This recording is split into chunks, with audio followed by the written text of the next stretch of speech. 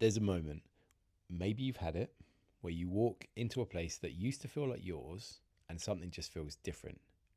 It's not worse, maybe not better either. It just feels different. And you can't quite put your finger on why you feel slightly out of place in a room where you definitely used to belong. Maybe it's a gym, maybe it's a pub, maybe it's not even physical. It could be an online space that you used to feel that you were part of. Um, and this question starts to quietly creep in: where do men go now? So, welcome back to The Men We Are. This is a podcast where we try to make sense of modern manhood without turning it into a lecture, a pity party, a shouting match. And this episode is for anyone who's ever felt, something has shifted under their feet, but hasn't quite had the words to explain it.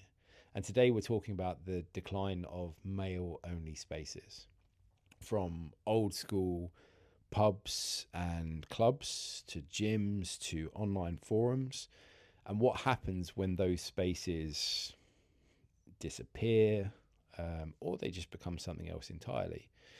And it's not about nostalgia for some old golden era that actually probably never existed.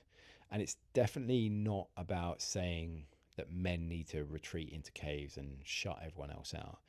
But it is about asking a very real question. If men don't have spaces in which to bond, to be challenged, to be vulnerable in their own way, what's going to fill the gap? So we have to start by being fairly honest about what we're talking about, because when people hear male only spaces, it can sound almost exclusionary, like very outdated, like ideas of secret protocols and people wearing gowns with candles, and just it's that's not correct. Um, People think of things that are dodgy, and it's just not accurate. Like historically, male spaces, they weren't about keeping others out. They were about bringing men together. And even before the men only spaces, we had the boys spaces, a place to learn how do you behave, what's right and what's wrong. Basic skills like, how to fix things, and it helped boys to grow from boys to teens to men. Now, I went to one such club when I was a kid in London in the 90s. It was called Jay's Boys Club, and I did judo there on, I think, Tuesday or Wednesday weeknight. And I have looked, but I can't actually find it. So perhaps it closed too. The closest I managed to find is a football team in the same general area by the same name, but the boys' club in the purest sense is gone. But I remember there were boys in my judo group that also did boxing training. Some of them learned how to build a go-kart, how an engine worked. And I know there were older teens there that were getting prep for like job interviews, trade interviews to try and become plumbers and carpenters. Like really awesome. I just think it was an awesome space. And those clubs were everywhere. So young lads had a place to go that gave them a real sense of purpose. And they weren't just hanging around on street corners, loitering and annoying everyone. Like, think about it: local sports teams, trade guilds, working men's clubs, even the humble pub with a saloon bar, which is like the male only section. They were places where men could build friendships and share their problems, learn from other older guys that have gone through stuff, and also test themselves socially. Um, Sociologist Ray Oldenburg, he coined the idea of third places. So it wasn't home, it wasn't work, but it was somewhere in between where community could happen. And for a lot of men, those third places were overwhelmingly male. And they definitely served a purpose. So, to quote psychologist Niobe Way, who studied male friendships extensively, she said, "Boys start out wanting intimate friendships, but by adolescence, they begin to suppress these desires due to cultural norms." And that for me is such a big one, and quite sad as well, because it suggests that men don't lack emotional depth or connection. Like, they really wanted it, but it was trained out of them. They were trained out of expressing themselves openly. So where does it go? Like, historically, that expression was in these semi-structured spaces. Like, you wouldn't sit across from your mate and say, "Oh, I'm struggling emotionally." You wouldn't make such a blunt statement, but you'd fix something together. You'd lift together. You'd have a pint together. You'd walk off the rugby pitch, and that conversation would happen. The connection was there. It was just a bit sideways, almost like we got through our issues covertly. We did it without realizing it. And it happened because it was happening while something else was happening. And that made it feel less daunting.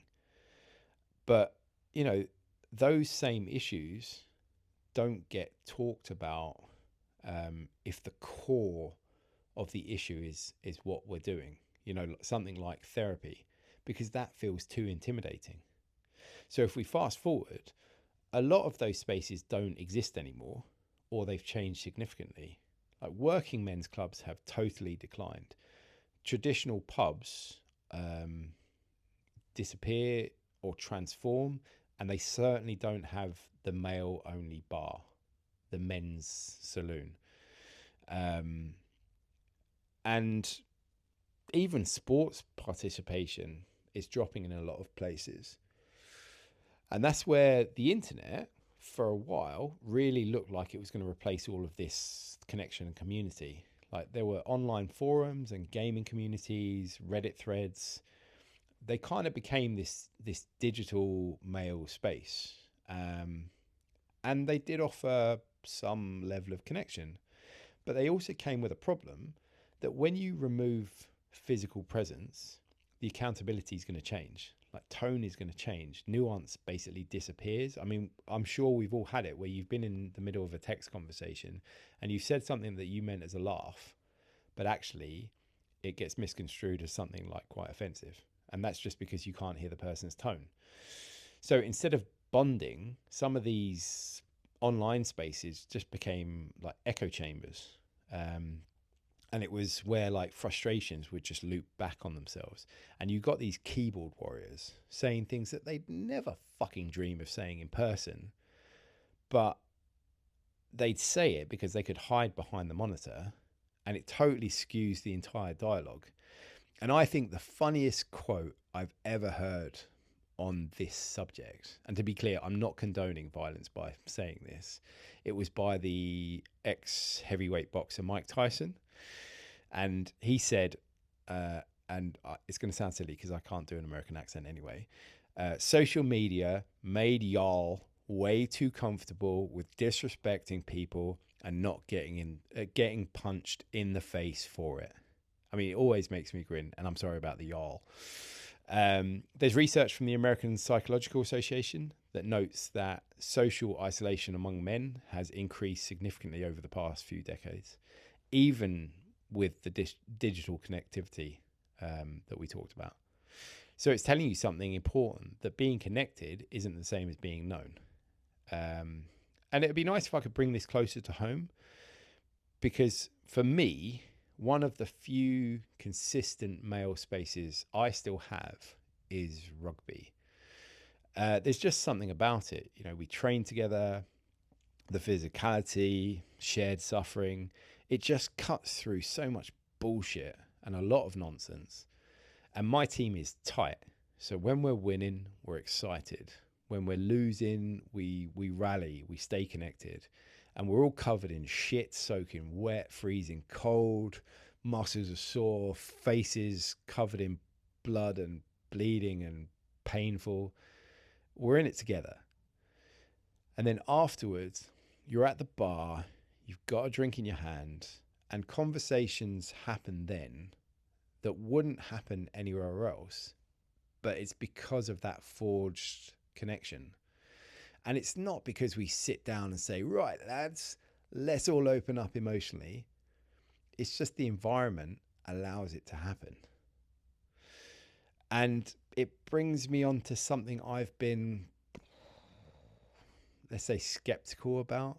And I've already berated myself in hindsight for my narrow-mindedness.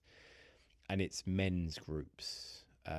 If you said to me a couple of years ago about joining one, I probably would have rolled my eyes, laughed, made some sort of shitty, sarcastic remark. I probably would have done all of them, in fairness. I have an American friend, Brittany. She was telling me about how her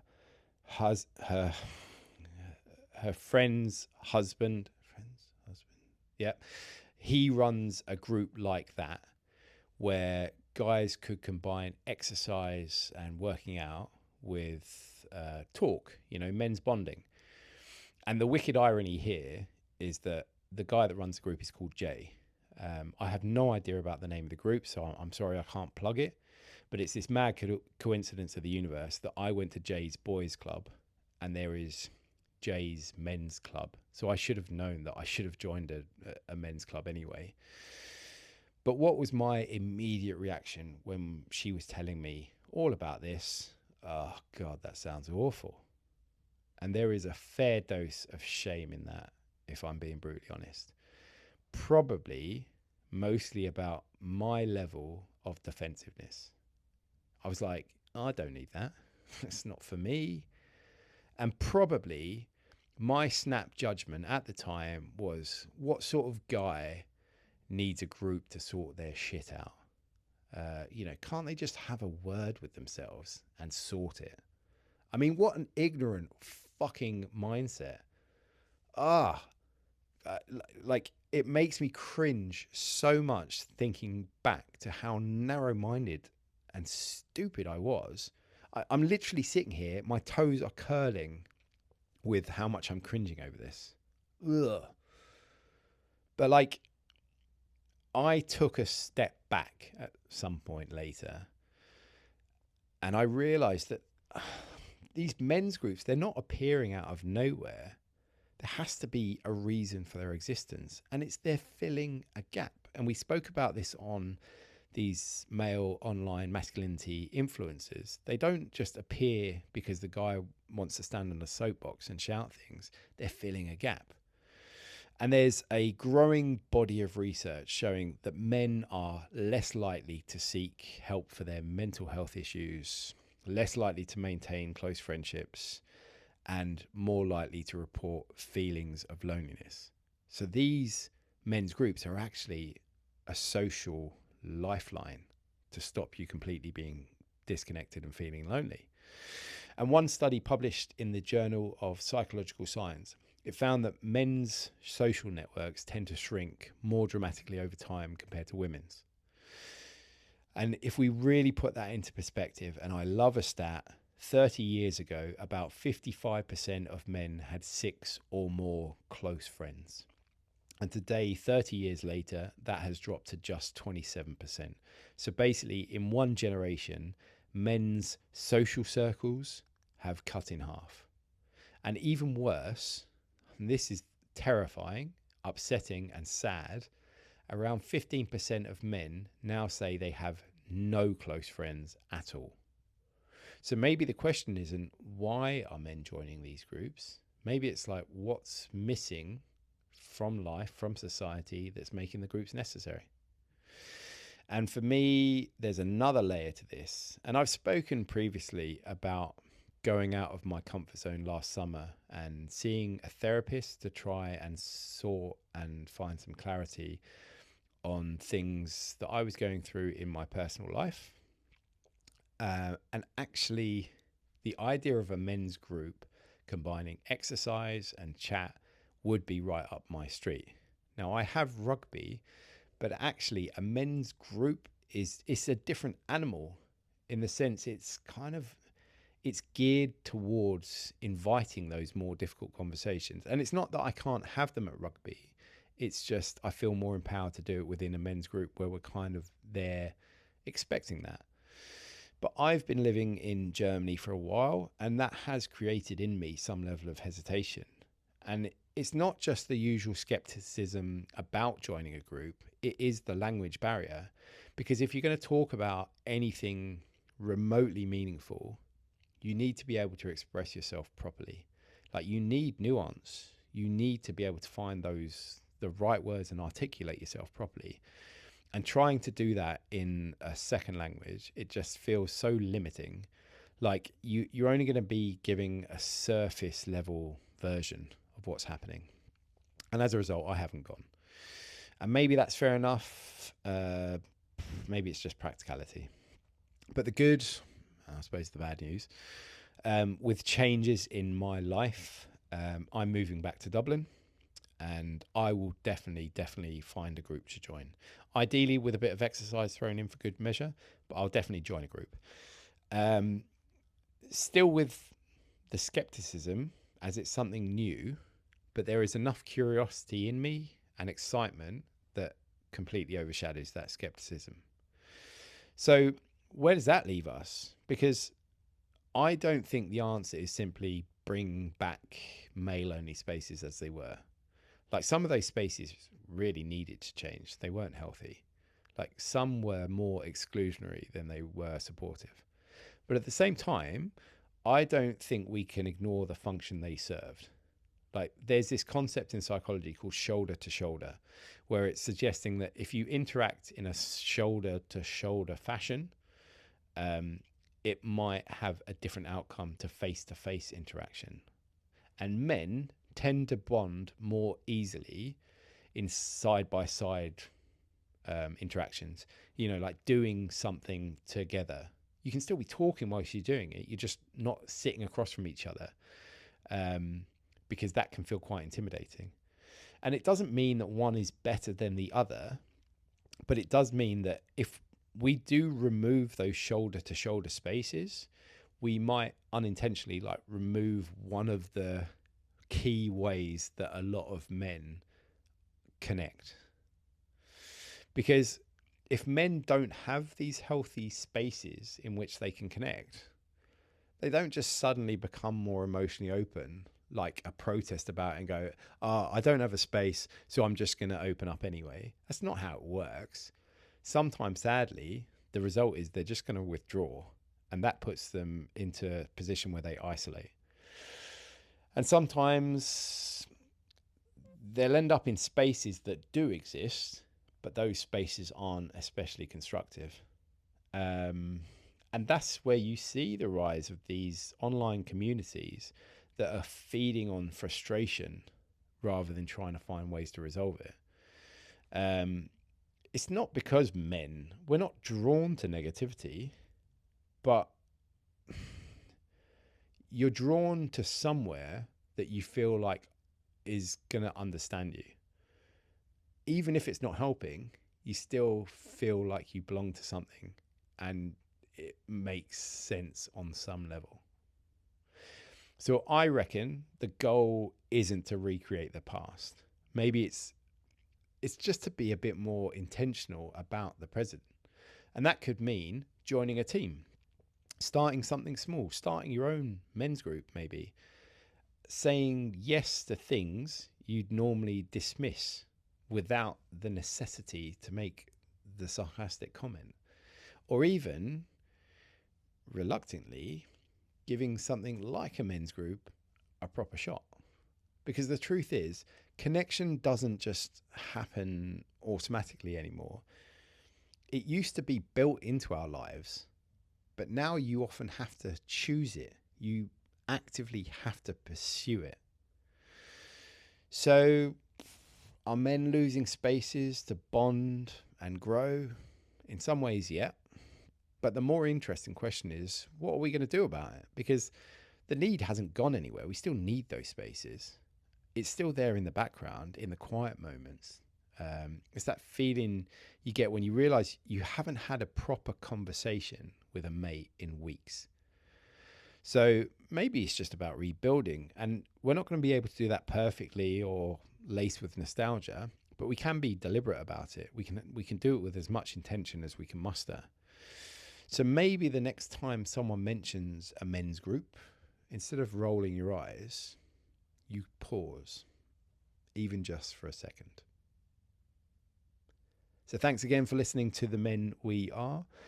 If this one has your grey matter working, do share it with someone you'd actually have a pint with, and maybe actually go for that pint.